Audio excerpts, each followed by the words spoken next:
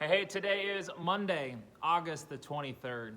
Well, this last week, it wasn't a good week for the world as we saw Afghanistan, the security forces there essentially collapse and crumble, and the Taliban sweep back into power, taking over Kabul and really the entire country as the United States essentially pulled out of the war. And, we've been there for 20 years.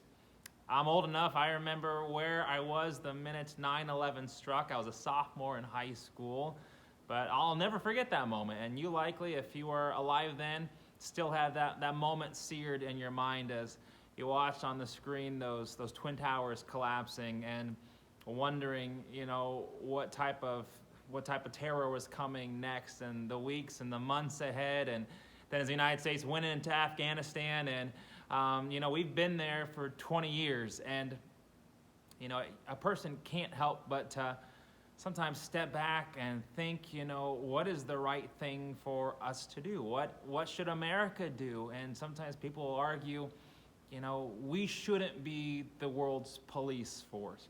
People often say that. We've been there for 20 years. 20 years is too long. We need to get out. And, truth be told, I'm no expert. I don't know anything more about Afghanistan, the world, than you probably do. I try and stay up to date with the news, and I try to inform myself on what's going on in the world. But I'm not in the military. I'm not a politician. I'm not any expert, and so I'm looking at the world and seeing things just like you are, and I can't help but to wonder, what's the right thing to do. But this last week, boy, it's devastating to watch, isn't it? It breaks my heart, and to see, the people there in Afghanistan, especially the women and the girls, and seeing the barbarians, the Taliban barbarians, and just their way of life and their way of thinking that, their faith should be played out, and frankly, knowing that the situation there in Afghanistan, it's dark and it's not good, and there are thousands, millions of people there now that their lives are much, much, much worse. And, we can't help but to look at it and wonder, did we do the right thing?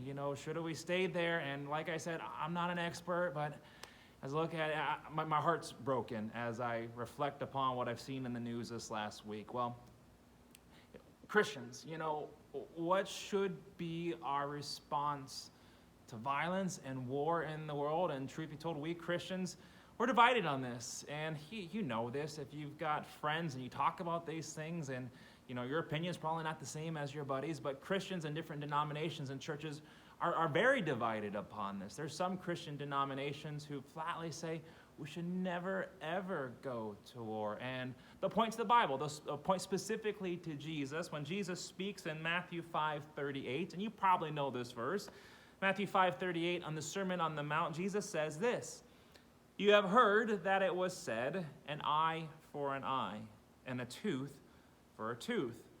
But I say to you, do not resist an evildoer, but if anyone strikes you on the right cheek, turn the other also." Now, some Christians will point to this. Like I said, the Quakers, the original Quakers, some of the very first Christians who came to the United States were Quakers, or modern-day Amish people, or modern-day Mennonites are pacifists. They won't go to war, and they'll kind of use this passage as the reasoning. Jesus says to turn the other cheek. Well, we Lutherans and most Christians say that's short-sighted.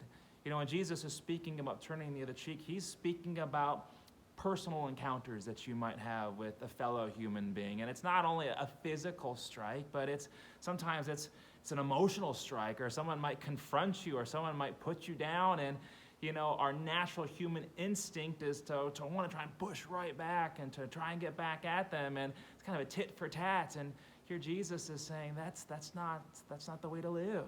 The way to live is through peace and kindness and love, and that love can overcome a personal strife that you have for one another. But what some Christians miss in this passage is there's many other places in the Bible that the Bible very clearly say that when you see evil, when you see danger, when you see human beings, when you see the devil, whatever it might be, when you see evil in this world, it must be confronted. And several times in the Old Testament, if you've been reading through the Bible along with me, you can count really on several hands how many times, God tells the people to directly confront other nations because they're so evil, they're so corrupt. Some of those nations were sacrificing their own children, doing unspeakable things. And God looked at it and he told his people to act and put a stop to it. Many, many times the Bible tells us to stand up for what we know is right, to stand up for what we know is true. And,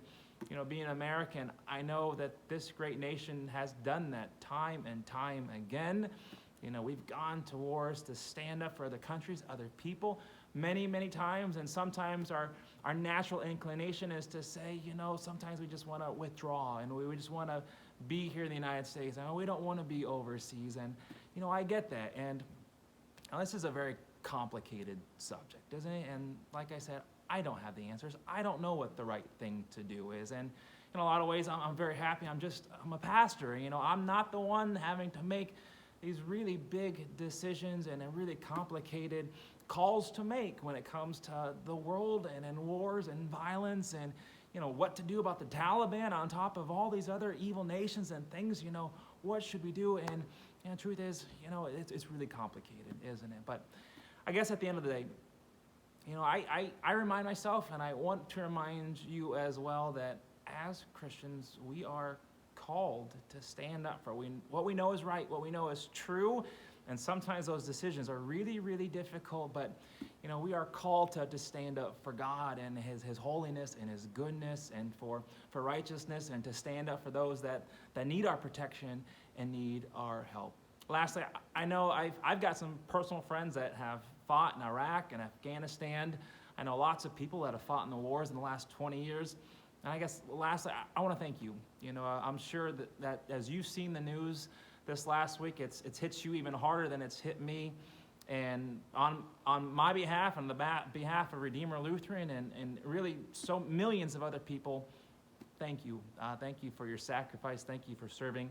Thank you for standing up for what is right and what is true and what is good. You have made a difference.